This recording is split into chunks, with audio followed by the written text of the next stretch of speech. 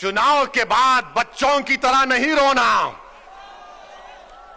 चुनाव के बाद बच्चों की तरह सिसक सिसक कर नहीं रोना। मैंने ये फैसला किया और फिर कह रहा हूं, हमने ये कहा कि हम कांग्रेस और बीजेपी को छोड़कर किसी से भी अलायंस करने के लिए तैयार हैं। तो सुनिए, तो एबीपी के चैनल पर एक मशहूर जर्नलिस्ट है पंकज साहब ने अखिलेश से पूछा कि आप ओवैसी से समझौता क्यों नहीं कर लेते। तो अखिलेश ने जवाब दिया कि ओवैसी पर बहुत से इल्जाम लगते हैं। अखिलेश साहब, इल्जाम तो हम पर ही लगता है ना, आप पर तो कुछ नहीं लगता। रिवर फ्रंट आप बनाए, आप पर कोई इल्जाम नहीं। लखनऊ से कानपुर रोड आप बनाए, आप पर कोई इल्जाम नहीं। आपने सब कुछ किया, आपके 10-10 उंगलियां घी में थी, मगर आजम पर इल्जाम लगा बकरी चोरी का और भैंस चोरी का। यह इल्जाम सिर्फ हम पर लगता है, यह 60 साल से हम पर इल्जाम लग रहा है। कभी आतंकवाद का, कभी फिरका परस्ती का, कभी पुलिस को मारने का, तो कभी किसी और इल्जाम का। अखिलेश यादव साहब, इल्जाम तो भारत के मुसलमानों के मुकद्दर का हिस्सा बन चुका है। अब हम इल्जामात की फिक्र नहीं करेंगे। सुन लो अखिलेश यादव, मुझे तुमसे कोई सर्टिफिकेट की जरूरत नहीं है। मैं इस जनता के दरमियान में जाकर अपनी दिल की बात करूंगा और उनके दिल को जीतूंगा और इनसे वोट का मुतालबा करूंगा। तुम क्या दोगे? तुम 11% यादव हो, हम 19% मुसलमान हैं। अगर तुम मुख्यमंत्री बने और जनाब मुलायम सिंह बने तो मुसलमानों के वोट की खैरात से बने। तुम याद रखो इस बात को।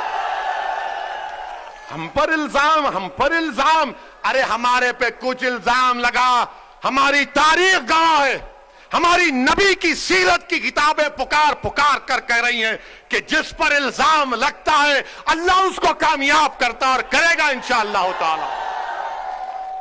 इल्जाम है, कोई बात नहीं है, मगर याद रखो, चुनाव के बाद बच्चों की तरह नहीं रोना।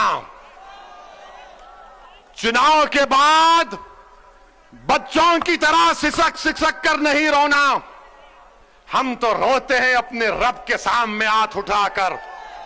हम इन जालिमों के सामने अपनी बेबसी का इजहार नहीं करते, हम रब्बे कायनात के सामने अपनी बेबसी का इजहार करते हैं। क्योंकि वो गफूर रहीम है, वो सत्तार है, वो गफ्फार है, वो लतीफ है, और अल्लाह हमको कामयाब और कामरान करेगा। मेरे बस में इतना है, शौकत के बस में इतना है, महताब और हमारे अंबेडकर साहब की ताकत में बस इतना है कि हम आपके पास जाकर अपनी बात को पूरी इखलास के साथ रख रहे हैं। दिलों में मोहब्बत डालने वाले का काम तो अल्लाह का है, दिलों को मोड़ने का काम तो अल्लाह का है। मैं तो बार बार कह रहा हूं कि अपने दिल पर हाथ रखकर मैंने आज आधे घंटे 40 मिनट में जो कुछ कहा, सोचो आप। अपने घर को जाओ, रात के अंधेरे में अगर तुम उठते हो तो सोचो इस बात को, कब तक हम सिसकियां लेकर, कब तक हम इस गैर यकीनी कैफियत में अपनी जिंदगी को गुजारेंगे। भारत की जमहूरियत, अंबेडकर का बना हुआ संविधान हमको इस बात की इजाजत देता है कि हम सियासत में अपने नेता को अपनी हिस्सेदारी की बात करें, हिस्सेदारी के हिस्सा लें और अपनी क़यादत को, सियासी लीडरशिप को बनाएं। इससे भारत मजबूत होगा, इससे भारत का संविधान मजबूत होगा।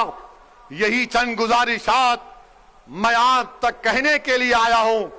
आपसे सिर्फ गुजारिश करूंगा कि अगर आप हमारा साथ दें, अल्लाह आपको सलामत रखे। अगर आप नहीं देना चाहते तो अल्लाह तब भी आपको सलामत रखे। मगर मेरी इस बात को याद रखो, मेरी इस बात को याद रखो कि कहीं 60 साल के बाद कोई एक और दीवाना आकर मेरी ही जबान में इन आने वाले बच्चों से ना कह दे जो कल बूढ़े हो जाएंगे कि तुमको तुम्हारा हिस्सा नहीं मिला। हिस्सा उसी वक्त मिलेगा जब आप उठ खड़े होंगे, सियासी क़यादत बनाएंगे, अपने वोट से अपनी पार्टी को कामयाब करेंगे। जिस तरह ठाकुरों ने योगी को मान लिया, जिस तरह पिछड़ा वर्ग ने मोदी को अपना लिया, जिस तरह दलितों ने आज बहन जी और चंद्रशेखर आजाद को अपना नेता मानते हैं। आओ मुसलमानों, तुम मुझे नहीं तो खुद नेता बन जाओ, मैं तुम्हारे साथ ठहरने के लिए तैयार हूं। अस्सलाम वालेकुम व रहमतुल्लाहि व बरकातुहू।